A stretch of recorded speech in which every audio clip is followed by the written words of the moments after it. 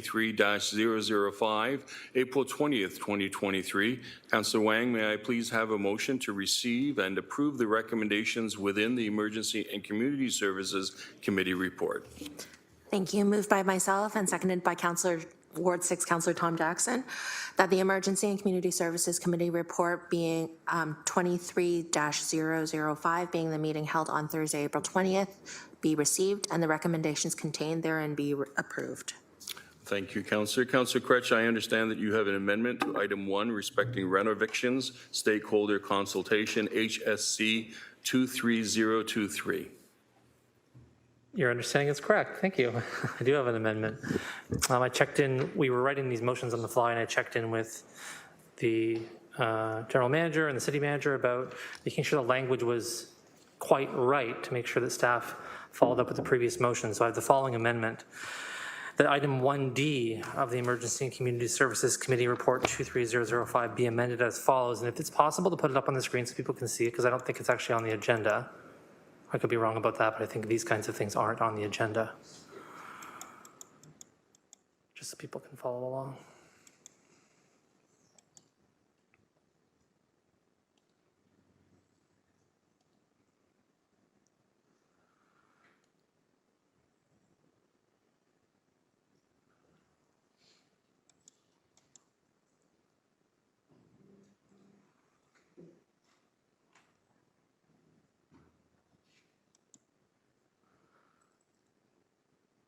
Go ahead, Councillor. Thank you so much. And it's seconded by Councillor Nan. You can see that the changed text is that staff be directed to report back to the Emergency and Community Services Committee in August 2023.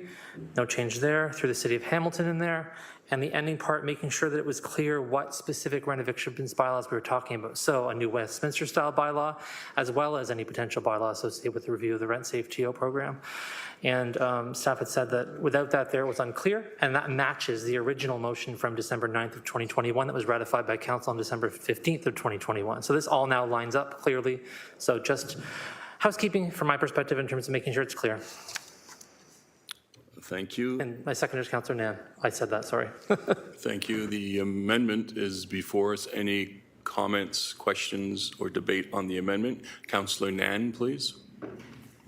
Thank you, and certainly appreciate the clarity and specificity in the amendment given the on-the-fly discussion that we're having at Emergency Community Services to ensure that what staff are bringing back can be successful in meeting the direction that Council is seeking.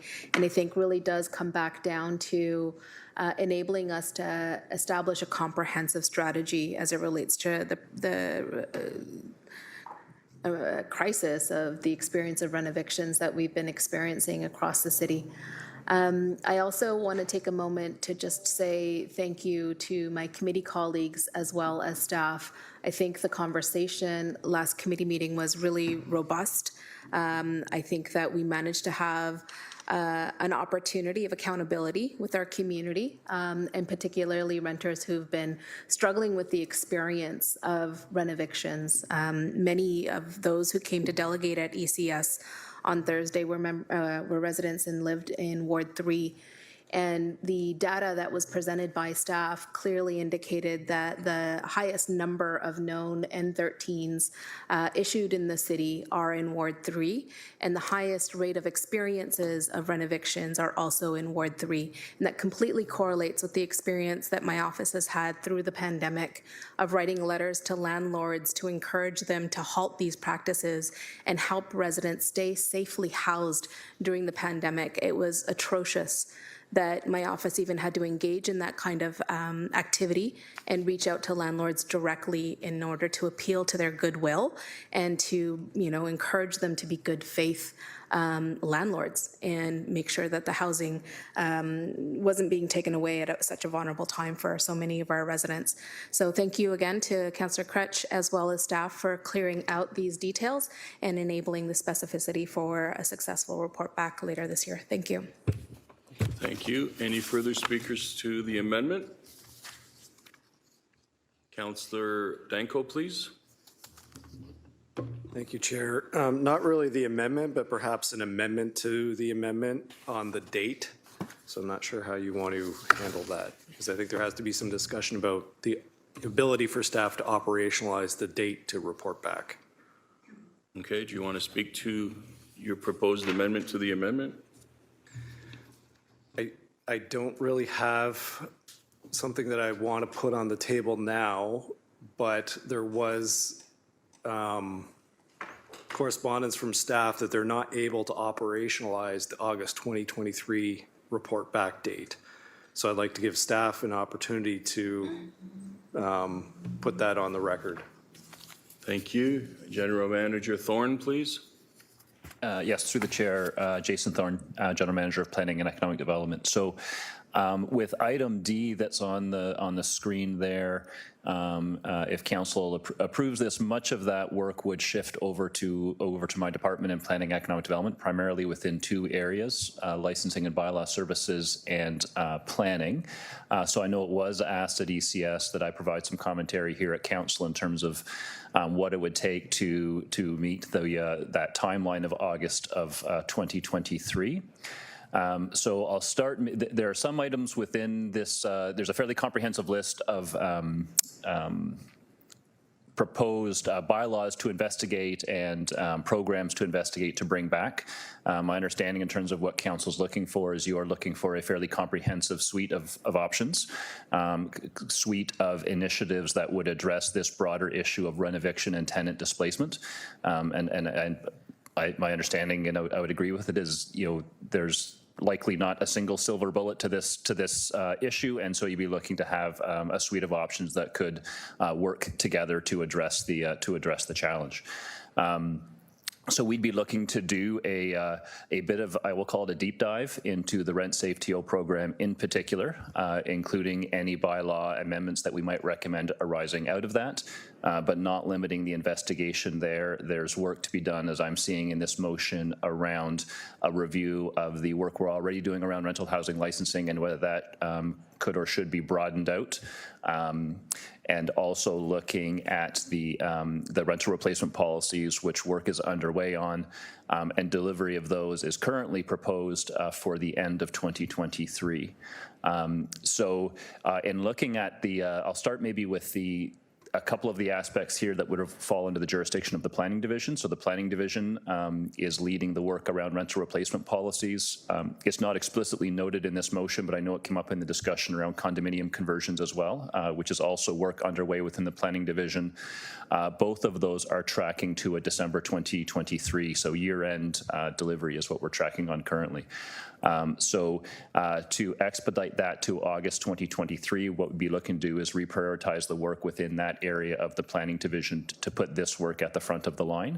That would mean delaying some of the work that division has ongoing currently, most notably around the work they're doing around secondary planning, which is work that's being done to implement the provincial direction around urban boundary expansions, and also work that team is doing around planning for major transit station areas, which is tied to the inclusionary zoning that we're looking forward to bring to council in Q3. So we would basically reprioritize those items. We would look to deliver rental replacement and condominium conversions within Q3 and move those other items back to the Q4 of this year. On the items that fall within the purview of licensing and bylaw, so that would be the work around a new Westminster style renovictions bylaw, licensing, as I said, a bit of a deep dive into RentSafeTO. We could move that work forward. I would anticipate that sort of on a status quo basis, we'd be able to deliver that by the end of the year. But if we want to move that and reprioritize that to be delivered in August, again, I would shift the team that I have working on some other bylaw initiatives to focus instead on this work. There'd be a few impacts there. The work that team's currently doing relates to some bylaw updates tied to pest control, tied to digital billboards, for example. I think probably the most significant one is that team's very focused right now on launching the short-term rental bylaw, otherwise known as Airbnb. That is looking to launch in June. We'd look to push back that launch date into the end of the year. So that team could focus on doing this work, and then we would launch that short-term rental licensing later in the year. So I'm happy to follow up with any questions, but that's what we would be looking at in order to prioritize this work to be delivered in August as opposed to by the end of the calendar year. Thank you. Councillor Danko.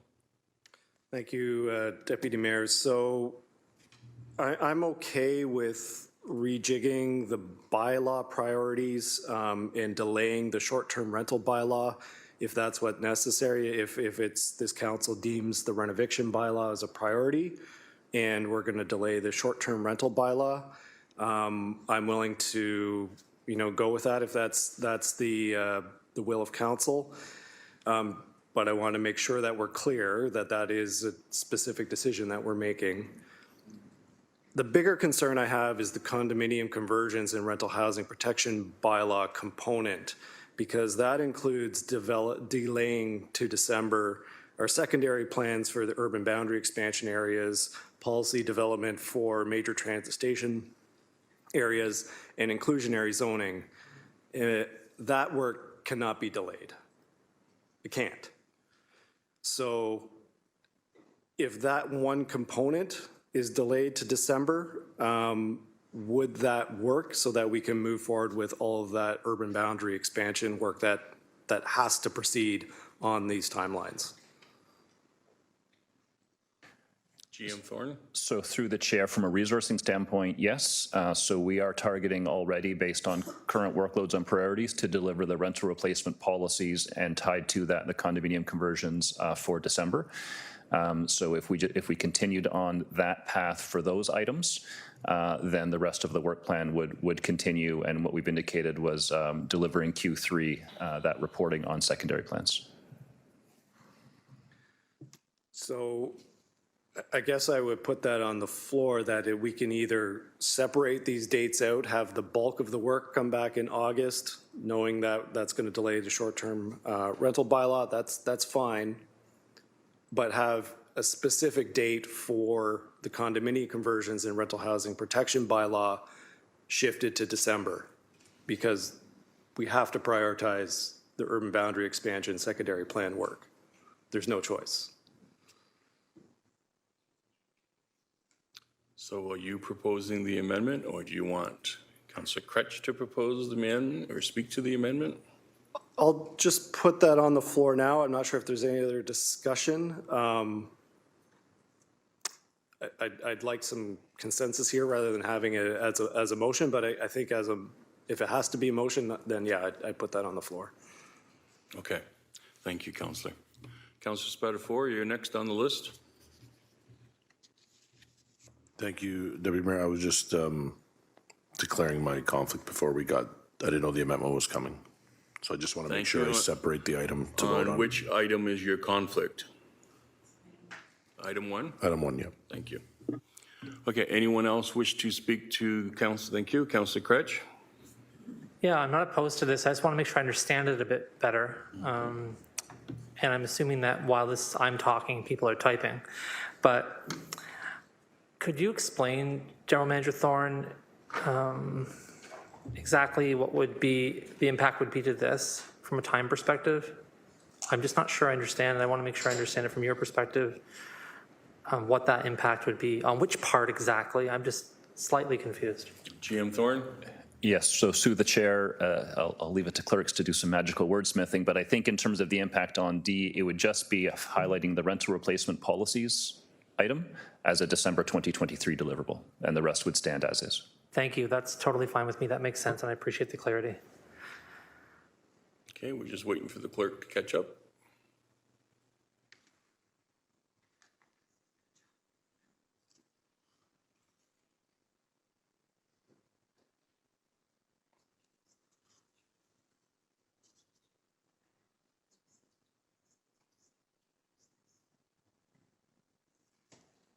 I thought the opposite of that. What was happening? Sorry, I'm confused now. Oh, thank you. Is that correct, GM Thorne? Yeah, reading is fundamental, it turns out, yeah. So through the chair, so it'd be separate motions, so we would just have to delete rental replacement policies then from D, and then I think that is consistent with what was said. Thanks, that seems like a reasonable compromise in terms of the inability to get this all back at the same time. Friendly amendment then? Yeah. Thank you. Sorry, through the chair, up to the will of council, normally rental replacement policies would come to planning committee. We can bring it to ECS, but normally that work being led by the planning division would come to planning committee. So just flag that, but we can bring it to whichever committee council prefers. We're all on planning committee anyway. We're going to send it to the planning committee. Okay, any further comments or questions on the amendment? Councillor Nan? Thank you. Through you, Deputy Mayor. Just a follow-up question then to General Manager Thorne and a little bit of context. So when we included rental replacement policies in the direction at ECS, it was to look at the current policy framework that's looking at conversions and demolitions to see if that would include renovations. Is that your understanding for this direction under E then? GM Thorne? Through the chair, it is. And in order to give council as good of a report we can on D, we can try to speak to some of those other tools that are out there. So we'll it's not like we'll be totally silent on it, but it's just in order to deliver an actual rental replacement bylaw, we'd be looking towards the end of the year. With respect to E, we're also dealing with the fact that the province has also indicated they're going to be regulating our ability to do those rental replacement bylaws, but they haven't actually indicated what those regulations are yet. So we have a bit of shifting sands under our feet with respect to E as well. Okay, thank you. Councillor, you good? Councillor Crissar, please. Thank you, Deputy Mayor. And I'm appreciative of Councillor Danko bringing up the topic of the work that was proposed to be delayed. I was going to do the same. So I just want to dig in a little bit, if I could. So with what's up there now as Deputy Mayor, what I think I understood is the work on secondary plans and policy development on inclusionary zoning can proceed on the original timelines, just to be clear. GM Thorne? Through the chair, yes. With E, then from the standpoint of planning division, it's generally business as usual because December was the date that we were tracking for that rental replacement bylaw. Thank you. And just to build on what Councillor Danko was saying to GM Thorne, can you just express the urgency or the importance of the secondary plans for UBE and the inclusionary zoning and why it's important that we prioritize that work? GM Thorne? Yes, so through the chair, the way the province has structured the urban boundary expansion policies, secondary planning must be completed prior to development in the new urban areas. However, there is an opportunity for developers to initiate their own secondary plans. So what we came to council with was as sort of, I would say, an urgent piece of work to at least be setting the terms and conditions and parameters of what a privately initiated secondary plan needs to look like so that we try to get in front of that as best we can. I'd call that part one. And then part two is a work plan, prioritization and resourcing for the city to actually lead secondary plans. So that was kind of the two-part strategy that we brought to planning committee with a target date of Q3 for both of those items. So I would say the risk of delaying that work is every day that goes by is a day where we could have more privately initiated applications coming forward with not the comprehensive framework that we'd like to have in place to guide the review of those secondary plans. Yeah, thank you. And through Deputy Mayor, then on the inclusionary zoning in major transit areas, could you just elaborate on the importance on that, please? Yes, through the chair. Also, obviously, a very important piece of work. So we've already, we're well underway in terms of bringing forward inclusionary zoning policies. Again, it's a very tightly regulated process provincially. There is a series of studies and reports that have to be brought forward. We've been bringing those forward to council over this year. I believe it's the next meeting or two. We have the next piece coming. One of the precursors for implementing the inclusionary zoning is to define and do your planning for what are called major transit station areas. So in Hamilton, that's largely the future LRT stations. We have to do that work in order to implement the inclusionary zoning policies. So our target has been to deliver that by the fall. And have that inclusionary zoning framework in place. Again, we're trying to be as far ahead of actual LRT construction as we can in terms of having those policies and expectations built into any future development around those stations. Councillor? Yeah, thank you very much for that. I think it's just important for the public to understand that. These are all urgent and important topics, somewhat related in many cases around affordable housing, but I'm fully supportive here of what we're trying to do to halt renovictions and the friendly amendment here to kind of juggle these priorities. So thank you, Deputy Mayor.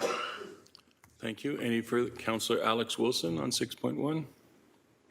Thank you. Through you, Chair, I think as we have this conversation about reprioritizing work, I come back to a question I asked when we are having our housing roadmap and how we can be strategic in our investments to housing, which was where renters involved in the governance of this. And then when we had our conversations at the renovictions team asked what is going to be happening with engagement with renters to ensure we're not in a place that we were when we were getting a report back again. And here we're hearing this conversation about reprioritizing work that has to do with multiple rental issues. Just a question through you, Chair, to the city manager. Much like we've pulled out climate, we've pulled out other things that cross different departments, cross different committees when it becomes a priority. It's a two-part question, but like internally, do we think we're working on rental issues in a strategic, coordinated way, or are silos getting in the way? Just because we've had these reports a couple of times now, it has seemed there's a lot of back and forth. So just wondering, given that this is so important to our broader conversations on housing, how are we moving through this as an organization when it comes to renters? That's a fair question. City Manager Smith. Through the Deputy Mayor, it's a very good question, and I will say it's an issue that every municipality struggles with in terms of silos, because you have to be structured. So what I would say is with the, for example, climate change or asset management, one of the ways it works really well is that you have a lead director, like the climate change office, the asset management, and then you have a governance structure with the key directors, and there's often an executive steering committee involving GM, sometimes myself, and that is a way that you start breaking down. You have a work plan, everyone follows it, even if it crosses. And so what I would say is we're finding more and more these big complex issues require that type of response. And so, you know, we've started with the housing roadmap. That was an all corporate wide with similar structure. And we're looking at a director to drive it. And I would say with some of the issues, because I met quite lengthy with the senior leadership team on Monday after the special GIC about what happened with the renoviction report, right? Because we don't want that to happen again. And, you know, we've discussed what we will put in place to make sure, first of all, that even with staff turnover, knowledge transfer of the direction from council doesn't get lost. And then also about how are we working on this issue going forward. As you recall, so those are a couple of things. We are doing a review of the structure of the corporation as a result of recruitment and retention. And so there may be some things we can do from a structural standpoint to continue to break down those silos and how we execute on some of those big challenging issues that we have as a city. And I hope that answers your question. Councillor Alex Wilson. I think what I heard is through a variety of mechanisms and means, we're looking at a review or making recommendations, and we're kind of in the earlier stages of that process. I think something I'd like to just offer to that for consideration is the importance of having a seat at the table for folks with lived experience in this. I think it's really clear how few renters are shaping rental policy in our city. We see that when 40 plus folks come out to a meeting to delegate, to share their lived experiences, to write reports, to organize, doing all this work on the outside because maybe it's not happening on the inside, or maybe we don't see those connections where it is happening on the inside. In Toronto, with the mayoral election, we get to see policy being proposed. And one of the things we're seeing is a proposal for a Renters Action Committee. And I bring it up because developing a strong City of Toronto anti-renovictions bylaw, reviewing existing policies, launching advocacy campaigns, these are all things that this committee is being proposed to be tasked with. These are all the same things I see in the motion from Councillor Kretsch and Councillor Nan. We're hearing that we have to take longer sometimes to have staff go through this work, yet we also have renters showing up in this building saying, can I help? Here are our ideas. Working with community is something I just like to offer as we do this, working with renters, allowing renters governance roles, direction roles, leadership roles, and walking with us on this journey will only improve where we end up. And so really appreciative of this conversation about reprioritizing work. But if we work with community, we bring more hands in, we bring renters in, we may also not have to reprioritize as much work as well if we do it with people. And so that's just something I'd like to share. And I think I've noticed I've kept saying this message in a lot of different committees, so wanted to bring it up at council for everyone's benefit as well. Thank you. Thank you. Any further comments on the item? Councillor Ted McMeekin, please.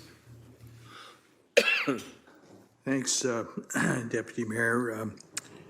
We've already done a lot of work on this file. I don't want us to lose sight of that. And building very briefly on Councillor Alex Wilson's point and reference to structure. Structure is important, but so is responding quickly to competing goods once you can decide what it is you want to focus on.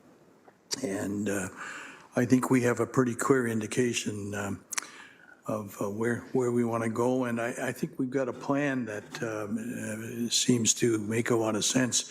Decisions between good things and bad things are easy. It's decisions between a whole bunch of good things and how you can expedite that. I'm assuming, with reference to in passing to silos, that there will be a synergy between you and the general manager of the Housing Sustainability Project. Yep, I see nods, so that's good. So I just want to, and I really appreciate the predictable comments from Councillor Alex Wilson around engagement. I think we're really good at structure and moving things around and shuffling deck chairs and all that sort of stuff. But we're not always as good as we need to be simply listening to people who know what the heck's going on and can inform us and articulate where we need to be going quickly and well. So thank you for the work that's been done. I think if we keep that shared sense of purpose and make sure we work not in silos but together and engage the folk who have a direct interest in this, we'll get this done and it will be a benefit to our great city. Thank you. Thank you. Seeing no further speakers, Councillor Tom Jackson, if you can take the chair for a second. Floor is yours, Councillor. Thank you very much. Chair, I don't care how long it takes to get it done. If we have in the back of our mind at all time that each month delayed is another dozen or more residents or families that are losing their homes and will be on the street. As long as this continues to get delayed through bureaucratic means or political means, what we will see is a significant increase in homeless. And so we need to be cognitive of that through this process. It can't be just, we haven't got time yet, we're going to get to it. It should be a priority. We should be trying to find, as we debated quite a few times at the E&CS meeting, the ways, the means to do this. We have to stop it. It is unfair. It is predatory. We're seeing landlords taking advantage of residents who really don't know the rules.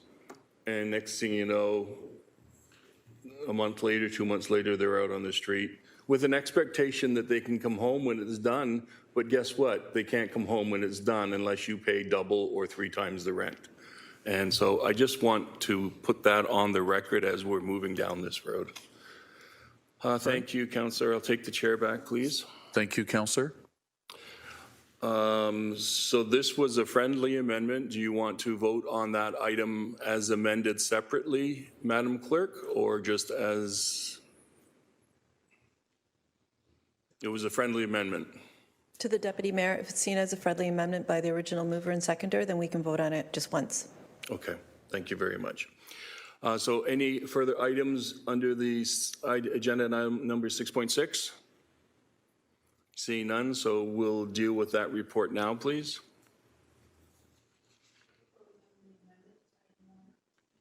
Okay, we'll vote on the amendment to item 1. No problem.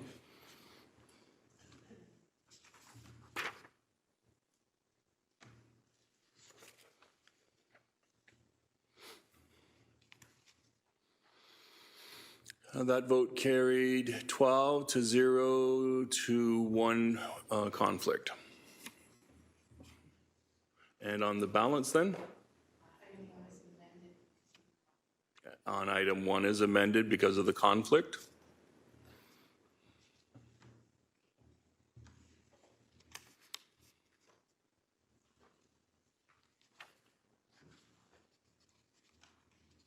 That vote carried 12 to 0 to 1. And now on the balance, I'm just going to keep saying balance until I get it done.